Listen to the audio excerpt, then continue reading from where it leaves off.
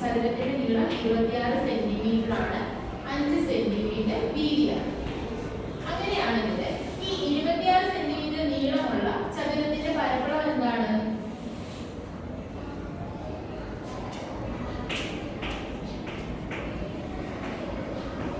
നീളം ഇൻറ്റു വീതിയല്ലേ?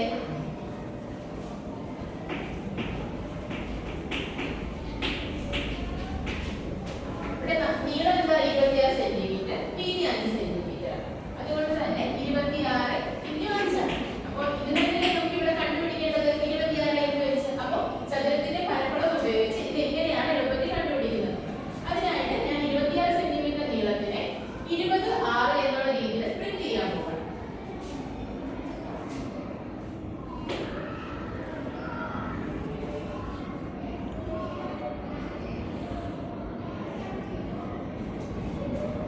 ഈ ഒരു നീളം 20, ഈ ഒരു നീളം 6 ആണ്. ഓക്കെ,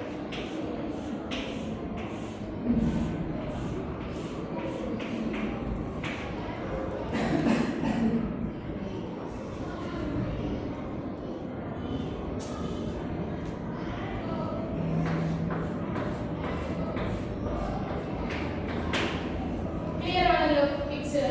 അപ്പോൾ അതിനായിട്ട് ഞാൻ ഈ 26 സെന്റിമീറ്ററിനെ ഇവിടെ എന്താണ് 20 + 6 എഴുതുക.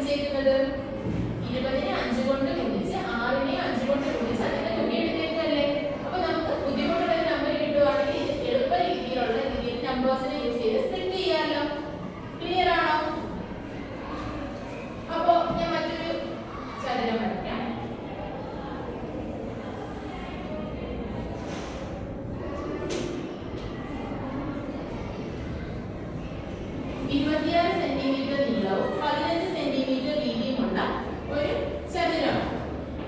ഇതിനെ ഞാൻ നീളം 20 ഉം 6 ആയിട്ട് സ്പ്ലിറ്റ് ചെയ്യുക. 15 സെന്റിമീറ്ററെ 10 അഞ്ചായിട്ട് സ്പ്ലിറ്റ് ചെയ്യാമല്ലോ.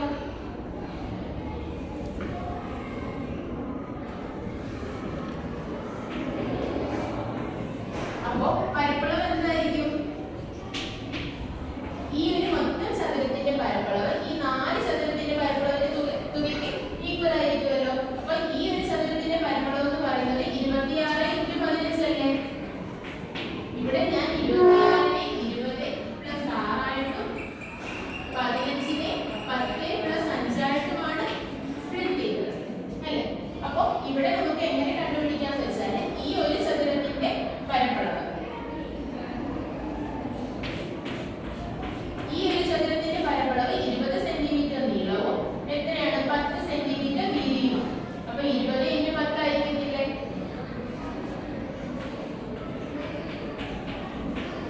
ഈ ഒരു ചതുരത്തിന്റെ പരപ്പളവ് എന്താണ്? ഈ ഒരു പിങ്ക് ഷെയ്ഡ് ഇല്ല. ഈ ഒരു പിങ്ക് ഷെയ്ഡിലെ ചതുരത്തിന്റെ പരപ്പളവ് എന്താണ്? 6 സെന്റിമീറ്റർ നീളവും 10 സെന്റിമീറ്റർ വീതിയുമാണ്. അപ്പൊ 6 × 10. ഈ ഒരു ചതുരത്തിന്റെ പരപ്പളവ് എന്താണ്? നീളം എന്താണ്? ഇവിടെ 6 ആണ്, വീതി 5 ആണ്. അപ്പൊ 6 × 5 ആണല്ലോ.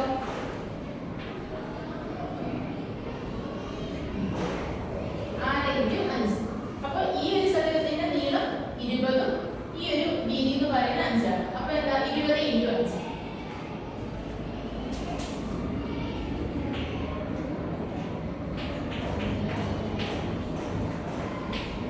അപ്പൊ ഇങ്ങനെ വരുന്ന 4 ചതുരത്തിന്റെ പരപ്പളവ് കൂട്ടുമ്പോൾ നമുക്ക് എന്ത് കിട്ടും? മൊത്തം ചതുരത്തിന്റെ പരപ്പളവ്. അപ്പൊ നമുക്കിത് സം ചെയ്യാം. അപ്പൊ ഈ നമുക്ക് ഓരോ കാൽക്കുലേഷൻ എളുപ്പമല്ലേ? 20 × 10 നമുക്കറിയാം 200 ആണ്.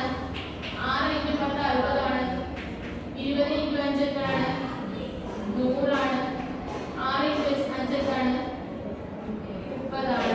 അപ്പൊ എളുപ്പത്തിൽ തന്നെ 26 × 15ന്റെ ആൻസർ കണ്ടുപിടിച്ചൂടെ? അപ്പൊ ഇതിൽ എന്താ പറയുന്നത് പറഞ്ഞാല് രണ്ട് തുകയുടെ ഗുണനം എന്ന് പറയുന്നത് തുകയിലെ ആദ്യത്തെ തുകയിലെ ഓരോ സംഖ്യകളെയും അടുത്ത തുകയിലെ ഓരോ സംഖ്യകളും തമ്മിൽ ഗുണിച്ച് അതിന്റെ ഗുണനഫലത്തിന്റെ തുക എടുക്കുമ്പോൾ നമുക്ക് അതിന്റെ ഉത്തരം ലഭിക്കും. മനസ്സിലായോ? ഓക്കെ, അടുത്ത ക്ലാസ്സിൽ ബാക്കി.